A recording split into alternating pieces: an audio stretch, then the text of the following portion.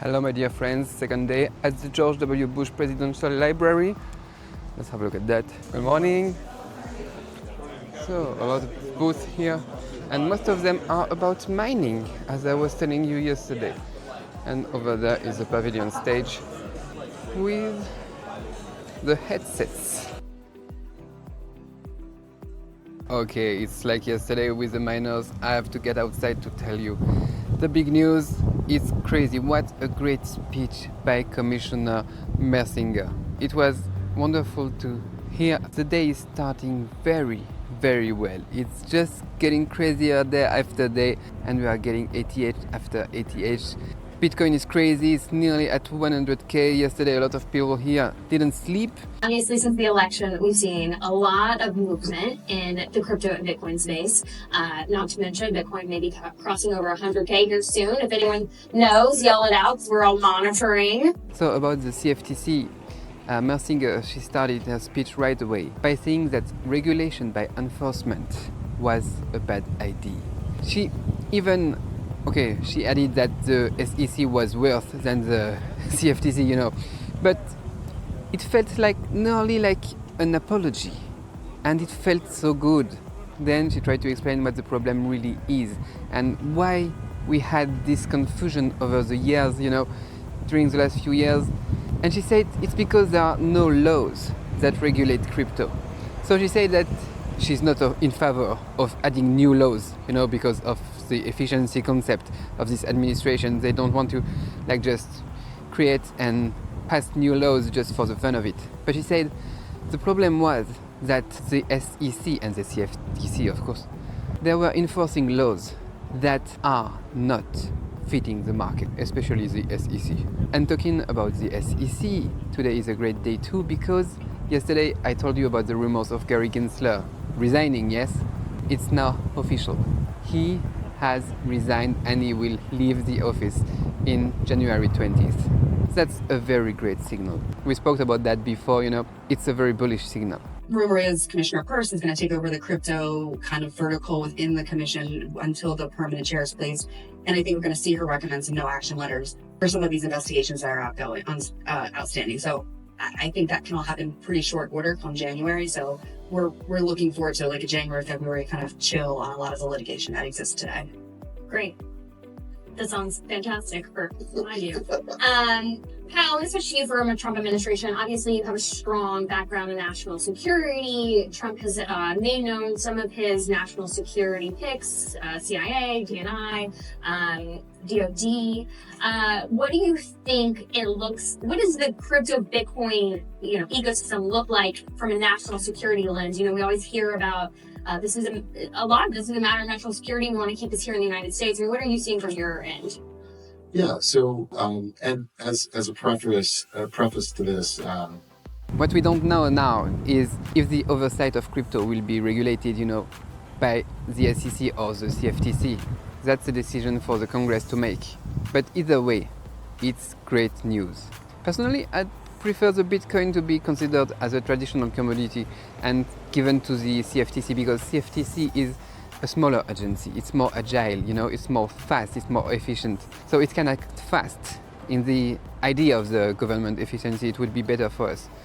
It would be a better path to follow. But we'll see.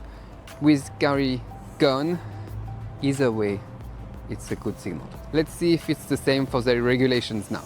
Okay, I don't know if you've heard, but the security guy just said that if we get to 100K today, they will make a big announcement and we'll all have free champagne. Yeah, it's really, the sentiment here is really getting crazy. It's nice. I'm happy to be there and to be there to see history. We'll see. Maybe it will get to 100K today. And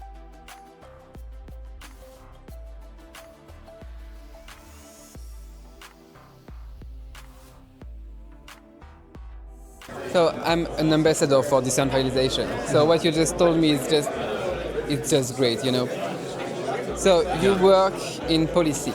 Yeah. And just tell me what you just told me. Just now. Of course. So my name is Nathan Hennick. I'm the head of community at the DeFi Education Fund. And DeFi Education Fund has been super active in fighting for the rights of DeFi, in fighting for the right to transact, and that has been recently looking like suing the US government. So we sued the SEC over airdrops, that airdrops should not be considered securities.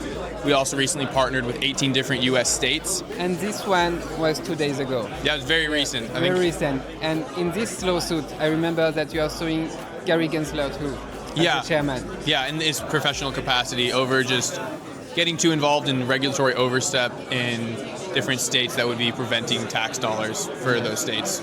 And Gary, he announced his resignation like an hour just or today, two ago. just very recently. What's your reaction to that? I think I'm glad he went out the peaceful way. I think it would have been a bit of a mess if it had to come to the Trump administration trying to step in to ask him to leave, fire him. He did the right thing in stepping down, and somewhat of a peaceful exit. I think he made a lot of people's lives very hard. He stifled innovation in this country. 4 years of bad business and coming after people. I know so many different people. I talk to people almost every single week that say they so badly want to launch a business in the United States, but they do not because they're scared that they're literally going to go to prison or they're going to get sued into oblivion. So you're forcing business outside of the United States. Innovation is going elsewhere. And the U.S. is still somewhat of a leader that people look to for policy and for standards, and so we're setting a terrible precedent for the rest of the world. So it's really exciting. I think that the next 4 years we have the opportunity to really take some ground in the crypto fight. It's not that the battle is won. It's just that these next 4 years provide an opportunity for us to really shore up the defenses for crypto, for DeFi, for blockchain. That I don't think there's going to be enforcements coming after us, which is great, but we can't be lazy in these next 4 years, and we have to get policy through that is really good and positive so that for years to come that this whole space is protected. And who will oversight the crypto market? Do you think it will be the CFTC after that? I mean, ideally, it's neither the SEC or the CFTC. It's a separate asset class, just like mangoes and bananas, new right? New laws, new classes. I think most realistically we're looking at the CFTC. Yeah. And maybe a quick question. I don't know if you have an idea on that, but who do you think will be the next SEC chairman? I don't know. I mean, I think we've all seen the recent leaks of, I forget her name, but one of the famous crypto lawyers, and she's very pro-Bitcoin. I do forget her name, but I forgot to. I saw that on Twitter. Yeah. That's all I've heard recently. Video. But she's great. I think we know someone in my company knows her personally, and we think she'd be a great fit. But we'll see. Yet to be determined. Hopefully, someone good. Okay, but thank you. Of course, thank you so much. Individuals who really want to buy and sell cryptocurrencies will know where to go to have the protections that they deserve in the market, and they will be less susceptible to a lot of these frauds that we're seeing, and hopefully that'll start to die down because having a registered safe place for people to invest their money will give them that outlet that they're looking for. Interesting. So I'm a former regulator from the FDIC during the financial crisis, and to shift gears a little bit, but it applies to how regulation might work in this space is the notion of decentralization. Okay, so it's the end of the keynotes. About regulation, I think it's mixed up with everything we said during these 2 days, and I just have a little bit to add at the end of this video. So I'll do everything like what I think will happen in the next few years and maybe in the next 10 years. We'll do that just after the dinner because I have to go right now to go to the dinner with the congressman. Maybe we will have some interesting discussions too. I'll try to get a few shots to show you how it is. And I'll talk to you just after that to make a summary of these 2 days and what will happen in the next 10 years in the crypto market if it's led by the United States as they plan to do. So welcome back to the hotel room where I finished my videos. So today, it was crazy, especially with Gary Gensler resignation and with the fact that we were nearly at 100K and everyone was watching their phones, swiping, refreshing, but we didn't make it today, so no champagne for today. Anyway, what will happen with regulation? What will happen in the next few years, in the next 10 years? Let's talk about that. So, First thing first, I want to say something very important. In the United States, they have a democratic system, and oftentimes they change the party that has the presidency every 4 years. It's like alternating. So what Trump has to do now is to put everything in his power to do the maximum within the first 18 months of his mandate. That's what we have to focus on. The first 100 days and then the first 18 months on his mandates. After that, he will start the presidential campaign again, or someone else will start the presidential campaign again. And it's slower to implement new rules, regulations and stuff like that. So we have to stay focused in 2025. Everything will be decided in 2025. What I hope is that on the first day of his mandate, he will sign the bill, the executive order to implement the strategic Bitcoin reserve. That's what would have the best impact on the crypto world.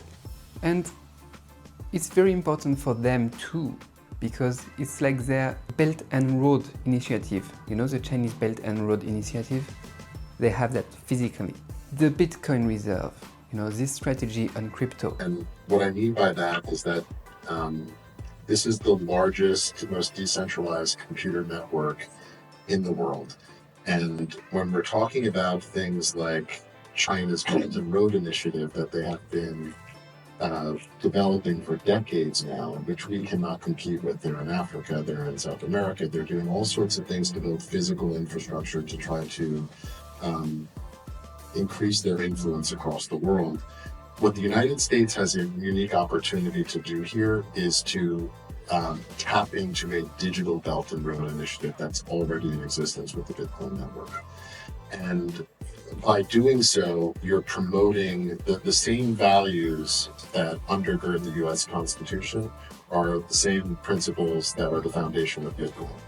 And so you have a 24/7 advertisement for people to check out of their autocratic systems or corrupt governments and tap into this pro-U.S. network. And so from that high view, I view it as a huge opportunity to do things like the Bitcoin Strategic Reserve, to, as President Trump has mentioned at the Bitcoin 24 conference, like to make sure all Bitcoin is made in America, that sort of thing. It can be a solution to stay competitive against China. It's Kyle Schneps from Foundry who said that, and I really like this point of view. And yeah, we will see deregulation, fast, quick, efficient deregulation. We know that we are on this path already. People need that because in doubt, people just don't do things. If they are afraid that trading crypto will just put them in jail, they will not take the risk. Or if you tell them that if they trade crypto, they will have forms and tons of stuff to do, like just to declare the taxes. People just don't like the friction. So if what I think is true, the strategic Bitcoin reserve and this geopolitical point to just take power from China, they have no other choice than to deregulate fast. Of course, regarding decentralization, regarding privacy and stuff like that, I think nothing will change. If you want to off-ramp your crypto from the crypto exchanges, from the crypto decentralized wallets to the bank, you will have to go through the KYC and AML just as it is now. Rules to the crypto industry, and it may not necessarily fit in a developer environment. How does Congress sort of deal with those two competing issues where we need to ensure consumer protection, we need to ensure the stability of our financial system, but we also need to ensure that crypto companies have a model that's built that's reflective of their business? That was the approach we took in FIT. It's the approach we've tried to take in the stablecoin legislation that Matthew McHenry has led on. We recognize that in a decentralized finance arena, you have to do things differently, even if you want to accomplish some of the same objectives. Right now, the whole system is built around regulating the intermediary. Yeah, we'll speak about decentralization another day. So what are my predictions now for the future, in the long term? First one, stablecoins. Stablecoins are likely to become even more popular. It's the best way to onboard a lot of people. It's the best link, to connect the traditional market and the DeFi. Those developments, what happened, what we talked about these 2 days, everything is just showing us that it will accelerate. Mass adoption will accelerate. The use of stablecoins will rise. I can predict too that we will have more and more institutions investing in Bitcoin. And I just wonder when the banks are gonna enter the game, but I'm sure it will be very soon. We know they are building the foundations for a more stable, a more mature market. So they will come for sure. We will lose a lot, of opportunities with that because we will lose a lot of volatility. It's a more mature market. So yeah, after this bull run, I think things are gonna get calmer and calmer year after year. I can also predict more blockchain, more AI, and I think the United States are working very hard on AGI. So the AI narrative, that is just the beginning. It's just the early days. Maybe it will explode in the next few years too. It's time, I think. And then my last prediction is about taxes. They are deregulating everything. They are onboarding everyone. So what's best for them to do? To remove the taxes, to facilitate access to crypto, to onboard everyone as fast as possible with as less friction as possible. So I think tax-wise, it will stay cool and great and interesting in the next few years. But after mass adoption is done, I think they will impose capital tax gain. They will just, increase or add again if they remove it, the capital gain tax. That's the best way for the government to make money. And that's the easiest way, I think. So for that, in the future, mid to long term, they will have to increase the tracking, the surveillance. But before that, I think we are good. And they are not talking about CBDC anymore. So yeah, that's quite nice, at least for the next few years. But mid to long term, just keep an eye on what they are doing with the taxes, especially capital gain tax. It's a smart move to do for any government. So I don't think that they will miss us on that. Anyway, what do you think about the future of crypto? Do you, like me, think that the US is leading the way? Do you hope, or are you afraid, that China may wake up? Tell me everything in the comment section. It was really nice to bring you with me for those 2 days here in Dallas, Texas. And I'll just go to bed again, and I'll see you soon enough. Bye bye.